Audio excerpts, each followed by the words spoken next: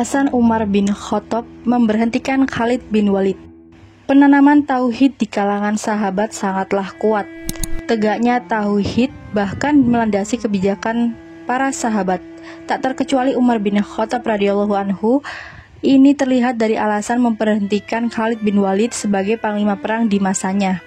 Dalam buku Kuliah Tauhid karya Muhammad Imaduddin Abdul Rahim dijelaskan, Khalid yang pernah dijuluki sebagai pedang Allah adalah seorang panglima perang yang belum pernah terkalahkan di setiap pertempuran yang dipimpinnya.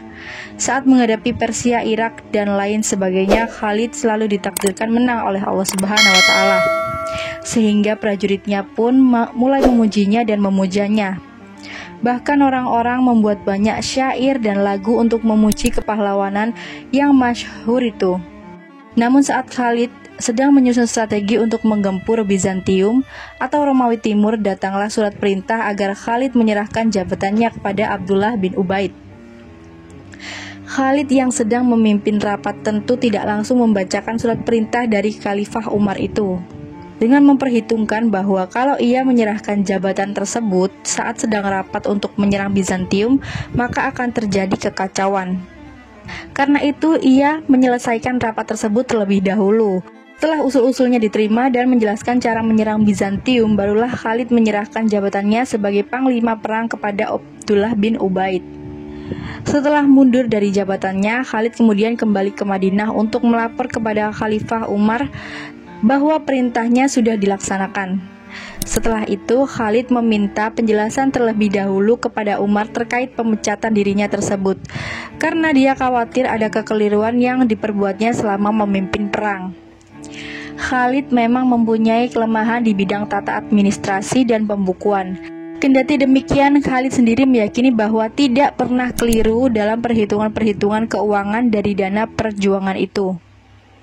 Namun Umar menjelaskan bahwa masalahnya bukan karena itu soal yang bisa dimaafkan. Kata Umar menjelaskan kepada Khalid, tetapi sebagai khalifah aku bertanggung jawab atas akidah umat. Engkau adalah pahlawan perkasa yang tak dapat dikalahkan di setiap medan pertempuran. Tapi akibatnya rakyat mulai menyanyikan lagu pujian untukmu dan tidak lagi memuji dan memuja Allah semata. Aku khawatir mereka menjadi syirik. Sebagai penanggung jawab, aku harus membuktikan kepada seluruh umat bahwa semata sebagai hamba Allah, aku mampu memecat Khalid bin Walid sebagai panglima perang yang masyhur. Jelas Umar panjang lebar. Setelah mendengar penjelasan Khalifah Umar, Khalid tersadar dan menerima keputusan Umar yang bijaksana itu dengan keikhlasan yang sungguh-sungguh.